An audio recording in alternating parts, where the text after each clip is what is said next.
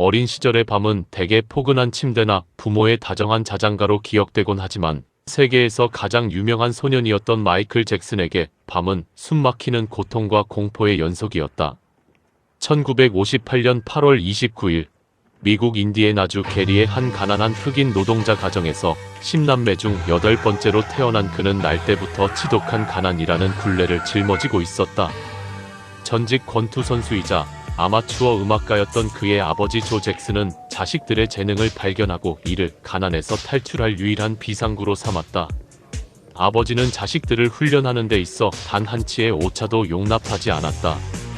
아주 작은 실수를 저지르거나 안무의 박자를 놓치기만 해도 매서운 매질과 함께 가혹한 언어 폭력이 쏟아졌다.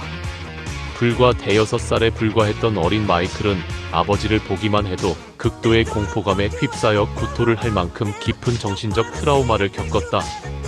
그러나 역설적이게도 이 잔인할 정도로 완벽을 기했던 훈련 속에서 마이클 잭슨이라는 세기의 천재가 빚어지고 있었다. 그는 형제들 사이에서 단연 돋보이는 가창력과 천부적인 춤 실력을 선보이며 아주 어린 나이에 가족 밴드인 잭슨 5의 메인 보컬 자리를 꿰찼다. 1968년 전설적인 흑인 음악 레이블 모타운과 계약을 맺으며 본격적으로 대중 앞에 선 잭슨 5는 말 그대로 미국 전역을 뒤흔들었다. 데뷔곡인 I Want You Back을 필두로 ABC, 더 러브 유 세이브, 1비데어에 이르기까지 발표하는 곡마다 빌보드 싱글 차트 1위를 연이어 달성하며 전무후무한 신화를 기록했다. 대중은 무대 위에서 기성 가수 못지않은 애절한 감성과 폭발적인 성량으로 노래하고 춤추는 이 자그마한 흑인 소년에게 열광했다. 하지만 무대 아래의 소년에게는 삶이 없었다. 또래 아이들이 학교 운동장에서 흙먼지를 일으키며 뛰어놀고 친구들과 비밀을 공유할 때 마이클 잭슨은 어두컴컴한 녹음실과 대형 공연장, 그리고 수많은 카메라가 번쩍이는 인터뷰 장만을 오가야 했다. 아동기라는 인생의 가장 소중한 한 페이지를 통째로 빼앗겨버린 이 거대한 결핍은 훗날 그가 성인이 되어서도 피터팬처럼 아이 같은 취향을 고집하고 어린이들의 세계에 집착하게 만든 결정적인 계기가 되었다. 1970년대 후반에 접어들며 마이클 잭슨은 마침내 가족이라는 울타리와 형제들의 그늘에서 벗어나 완벽한 홀로서기를 준비하기 시작했다. 그는 단순히 인기 그룹의 보컬에 머무르기를 거부하고 자신만의 음악 세계를 구축하고자 했다. 그의 위대한 홀로서기는 음악 영화 더 위즈의 촬영장에서 당대 최고의 천재 프로듀서 퀸시 존스를 만나면서 날개를 달았다. 두 천재의 만남은 곧바로 팝 음악의 역사를 뒤바꾸는 서막이 되었다. 1979년 발표한 솔로 앨범 오프 더 월을 통해 성인 솔로 아티스트로서의 무한한 가능성과 대중성을 동시에 입증한 그는 마침내 1982년 전 세계 대중음악사에 불멸의 이정표를 남긴 역작 스릴러를 세상에 내놓았다. 이 앨범은 대중음악 역사상 가장 많이 판매된 앨범으로 기네스북에 등재되었으며 전 세계적으로 1억 장이 넘는 전설적인 판매고를 기록했다. 빌리 진의 전주가 흘러나오고 비트잇의 강렬한 기타 리프가 귓가를 때릴 때 전 세계는 그야말로 마이클 잭슨이라는 종교에 빠져든 것과 다름없었다. 특히 모타운 25주년 기념 공연 무대에서 그가 처음으로 선보인 문워크는 중력을 거스르는 듯한 충격을 안기며 인류의 시각적 역사를 새로 썼다. 그는 음악을 단순히 귀로 듣는 것에서 눈으로 보는 예술로 진화시켰고 당시 백인 중심적이었던 MTV의 장벽을 처참히 부수며 흑인 예술가의 지위를 독보적인 위치로 끌어올렸다. 뒤이어 발표한 배드와 데인저러스 앨범 역시 전무후무한 대성공을 거두며 그는 명실상부한 팝의 황제라는 왕관을 머리에 쓰게 되었다. 그러나 왕관의 무게는 너무도 무거웠고 그가 올라선 정상의 자리는 지독하리만큼 외롭고 위태로웠다. 마이클 잭슨이 전 세계적인 문화 아이콘이자 걸어다니는 대기업이 되자 황색 언론으로 대변되는 타블로이드 매체들은 그의 일거수일투족을 악의적으로 왜곡하고 자극적인 소설을 써내려가기 시작했다. 대중은 무대 위 신비로운 황제의 모습만큼이나 그의 사생활에 굶주려 있었고 언론은 그 굶주림을 채우기 위해 잔인한 거짓말들을 생산해냈다. 그중 가장 그를 괴롭혔던 첫 번째 비극은 피부색의 변화를 둘러싼 유언비어였다. 언론은 그가 흑인이라는 자신의 정체성을 거부하고 백인이 되고 싶어 거액을 들여 전신 박피 수술을 하고 피부를 강제로 표백했다는 황당한 루머를 퍼뜨렸다. 심지어 대중은 그 거짓말을 사실로 믿기 시작했다. 하지만 그 추악한 소문의 이면에 숨겨진 진실은 지독하리만큼 아픈 질병이었다. 그는 피부의 멜라닌 세포가 파괴되어 전신에 흰색 반점이 퍼져나가는 희귀성 피부 질환인 백반증을 앓고 있었다. 데뷔 초기에는 피부색을 유지하기 위해 검은색 화장품으로 흰 반점을 필사적으로 덮었으나 병세가 걷잡을 수 없이 악화되어 온몸의 대부분이 하얗게 변해버리자 어쩔 수 없이 메이크업의 기준을 흰 피부에 맞출 수밖에 없었던 것이다.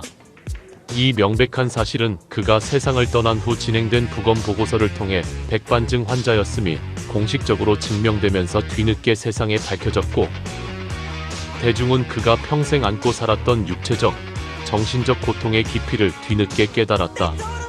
피부색뿐만 아니라 그의 외모 전체가 언론의 가혹한 난도질 대상이 되었다.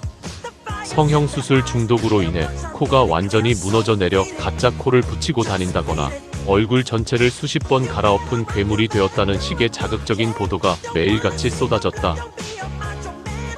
물론 마이클 잭슨이 성형수술을 받은 것은 사실이었다. 격렬한 안무 연습 도중 코가 부러지는 사고를 당해 치료 목적으로 수술을 받았고, 유년 시절 아버지에게 코가 너무 크고 못생겼다며 지속적인 외모 비하와 놀림을 받아 생긴 심각한 외모 콤플렉스를 극복하기 위해 일부 미용 성형을 감행하기도 했다. 그러나 타블로이드가 묘사한 성형 중독 괴물이라는 자극적인 프레임은 대중의 말초신경을 자극하기 위해 정밀하게 가공된 왜곡에 불과했다. 이 외에도 그가 영원히 늙지 않기 위해 특수 제작된 산소 텐트 안에서만 잠을 잔다거나 19세기 영국의 기형 인간으로 불렸던 엘리먼트맨의 유고를 거액에 구입하려 했다는 등의 황당무계한 소문들이 마치 기정사실처럼 보도되었다. 이 모든 것은 그가 화상 환자 치료를 위해 병원에 기부할 산소 텐트를 테스트하며 장난스럽게 누워있던 사진을 언론이 파괴적으로 짜깁기해 만들어낸 소설이었으나, 이미 대중의 기억 속에서 그는 기이하고 기괴한 은둔자로 낙인 찍혀가고 있었다. 하지만 마이클 잭슨의 인생을 통째로 송두리째 파괴하고 그를 파멸의 구렁텅이로 몰아넣은 결정적인 시련은 따로 있었다. 그것은 바로 1993년과 2003년에 걸쳐 제기된 아동 성추행 혐의였다. 평생 소외되고 아픈 어린이들을 위해 수억 달러를 기부하고 자신의 저택인 네버랜드의 놀이공원과 동물원을 만들어 소외계층 아이들을 초대해 꿈을 심어주었던 그의 순수한 선의는 가장 잔인한 부메랑이 되어 돌아왔다. 언론과 고소인들은 그가 아이들을 네버랜드로 유인해 추악한 성범죄를 저질렀다며 마녀사냥을 시작했다.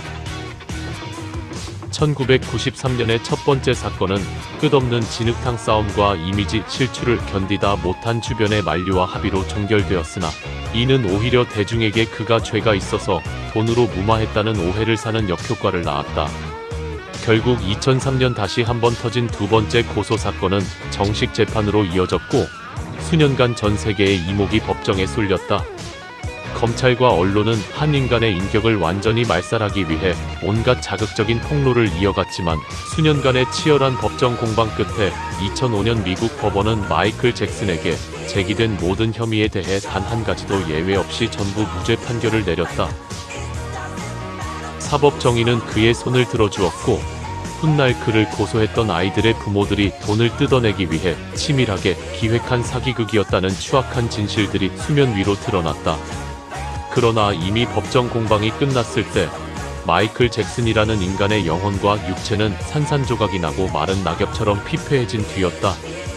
그가 어린 시절의 결핍을 보상받고 세상의 모든 때 묻지 않은 순수함을 지키려 피땀 흘려 건설했던 꿈의 낙원 네버랜드는 경찰의 무자비한 압수수색과 언론의 난도질 속에서 돌아가고 싶지 않은 잔인한 악몽의 장소로 변해버렸다. 그는 다시는 네버랜드의 땅을 밟지 않겠다고 선언하며 고독한 은둔 생활에 들어갔다. 억울한 누명은 벗었지만 대중의 따가운 시선과 배신감으로 가득 찬 세상 속에서 그가 버틸 방법은 극심한 불면증을 이기기 위한 강력한 약물들 뿐이었다. 밤마다 찾아오는 공포와 고독 속에서 약물에 의존해 겨우 눈을 감아야 했던 그의 말년은 참담할 정도로 고요하고 쓸쓸했다. 그렇게 서서히 저물어가던 황제는 2009년 마지막으로 자신의 모든 것을 쏟아부어 명예를 회복하고 팬들 앞에 당당히 서기 위한 거대한 컴백 콘서트 디스 이즈 잇을 기획했다. 런던에서 열릴 예정이었던 이 공연은 예매 시작과 동시에 전석이 매진되며 여전히 전 세계가 그를 기다리고 있음을 증명했다. 50대의 나이가 믿기지 않을 정도로 열정적으로 안무를 연습하고 무대 연출을 조율하며 그는 다시 한번 도약을 꿈꾸고 있었다. 그러나 운명은 가혹하게도 그에게 마지막 무대를 허락하지 않았다. 공연을 불과 몇 주 앞둔 2009년 6월 25일 로스앤젤레스의 자택에서 마이클 잭슨은 갑작스러운 심정지로 허망하게 세상을 떠났다. 그의 불면증을 치료한다는 명목하에 치사량에 가까운 강력한 정맥 마취제 프로포폴을 무분별하게 투여한 주치의 콜레더 머레이의 치명적인 의료 과실이 원인이었다. 주치의는 이후 과실치사 혐의로 법정에서 유죄 판결을 받았으나 이미 전 세계는 다시는 채울 수 없는 거대한 음악적, 문화적 상실을 마주한 뒤였다. 마이클 잭슨의 삶은 무대 위에서 전 세계를 지배한 화려한 황제의 역사였지만 무대 뒤에서는 지독한 외로움과 평생을 싸워야 했던 한 인간의 비극적인 서사시였다. 그는 평생 타인에게 기쁨과 감동을 선물하기 위해 자신의 영혼과 육체를 갈아 넣었으나 세상이 그에게 돌려준 것은 차가운 왜곡과 잔인한 오해, 그리고 끝없는 고독이었다. 위대한 예술가이기 전에 상처받은 어린 소년으로 평생을 살아내야 했던 마이클 잭슨. 그의 굴곡진 생애와 수많은 에피소드들은 그가 남긴 불멸의 음악들과 함께 오늘도 우리에게 거대한 울림과 가슴 먹먹한 질문을 던지고 있다.